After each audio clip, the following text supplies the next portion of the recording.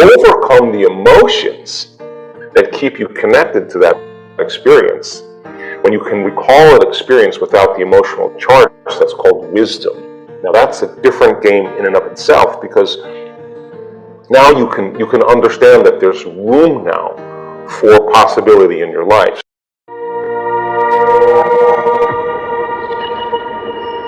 Now here's the funny thing about it. The side effect of all of this is being happy with yourself.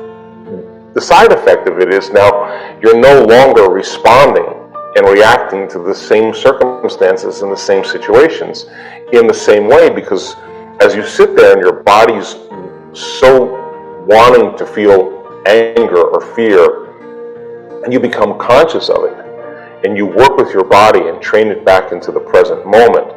If you keep doing that, the side effect of that is energy moves right into your heart. We've measured that too many times to tell you that it's not the truth. Now, what does that do?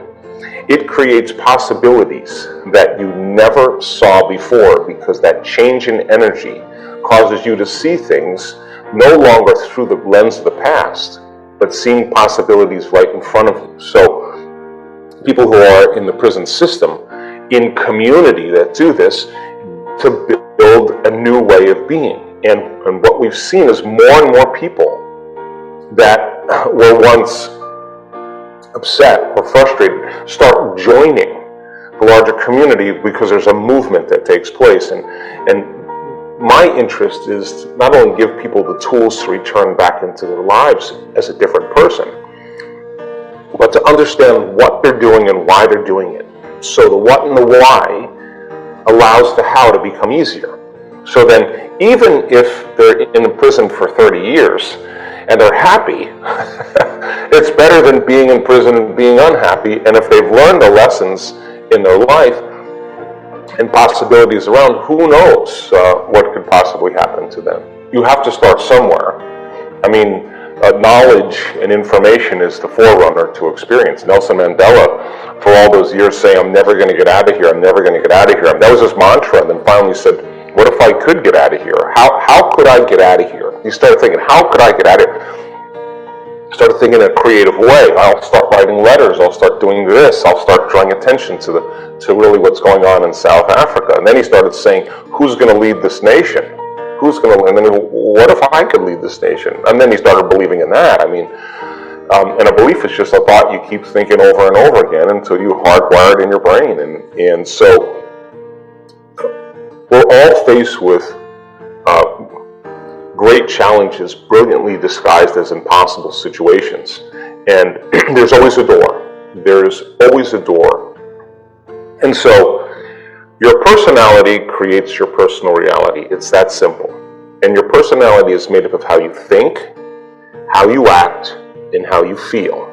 So the present personality who's listening to this show has created the present personal reality called their life. Which means if you're going to change something in your personal reality, in your life, you got to change your personality. You have to change. Nothing changes until you change. That's the bottom line. So then, the word meditation literally means to become familiar with. That's what that symbol means, to become familiar with. So the inmate is sitting there, and he's starting his or her journey on the process of meditation, and here comes the thoughts.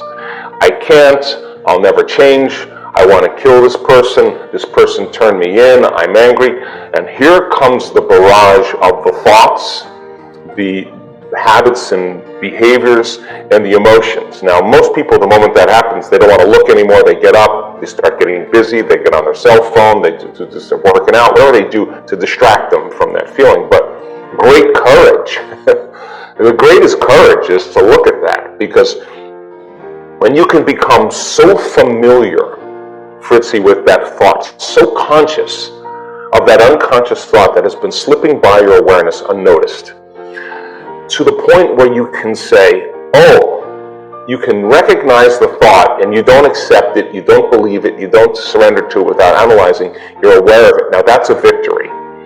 But because in your waking day, that thought, if you become so familiar with it, you're going to become conscious of it. And a program is when you're unconscious. So as you keep remembering enough times, how many times do we have to remember before we stop forgetting? That's the process of change. And if it takes 1,000 times of trial and error and you're persistent, sooner or later you're going to be like, I'm not going to believe in that thought anymore. By the same means, if you complain and you blame and you make excuses and you feel sorry for yourself and you talk trash about other people, don't you know that in order to create a new personality, you have to become so conscious of those unconscious, even the way you speak and the way you act, that you wouldn't go unconscious to that state again. Now here's the hardest part.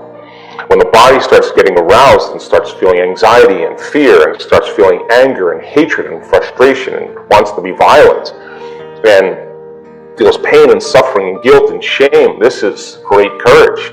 If you could settle the body back down into the present moment and teach it that it's no longer the mind, if you keep doing that, in time you will sense the first sensation in your body that starts the emotional response. You'll get so familiar with that emotional response that you'll catch it before it happens. Now, that is retiring the old self. Nerve cells that no longer fire together no longer wire together. And you start pruning apart circuitry in your brain that has to do with memories of the past. By the same means, if you're no longer behaving the same way, you're no longer lighting those circuits up as well. And if you can stop the thought that produces the feeling of that emotion and inhibit the process, inhibition over time breaks conditioning. So how long does it have to take? Well, you practice doing it with your eyes closed so that when you open your eyes, you don't go back to the old personality. Now, here's the cool part. What if you sat there and you said, what thoughts do I want to fire and wire in my brain? What do I want to program my brain to think? If I could keep repeating this with intention, with presence, and I would begin to install the neural hardware in my brain. Keep practicing it. The hardware becomes a software program, and that's a new voice in your head that says, Fritzy, anything is possible. Then if you said, okay, how am I going to be with all those people that are in my wing, or all the people that I hang out with? What would greatness look like today? What did Nelson Mandela teach us? What did Martin Luther King teach us? What did Gandhi teach us? What did Wallace teach us? What did Joan of Arc teach us? What does greatness look like? What are great people in history? What did they do that overcame any circumstance in their life? Let me review that. Let me study that, because that would be the raw materials for me to build a new mind. And if you closed your eyes and you rehearsed in your mind what you were going to do that day, you would reach a point where you were so present that the brain would not know the difference between the real life experience that's creating that circuitry and what you were imagining by thought alone. Your brain would look like you already did it. Keep practicing it. The hardware becomes a software program, and you install the circuitry so that you can behave equal to your intention. So then the last part is, can I teach my body emotionally what this future life would look like before it happened? That means you can't wait for the change to feel joy. You can't wait for the healing to feel gratitude. You got to teach your body the feeling before it happens. If you keep cultivating that feeling, it'll begin to become familiar to you. If you keep reviewing your behaviors and practicing and rehearsing, it'll begin to become familiar to you. You keep firing and wiring those thoughts, become new thoughts that are familiar to you. So the biological change is unlearning and relearning.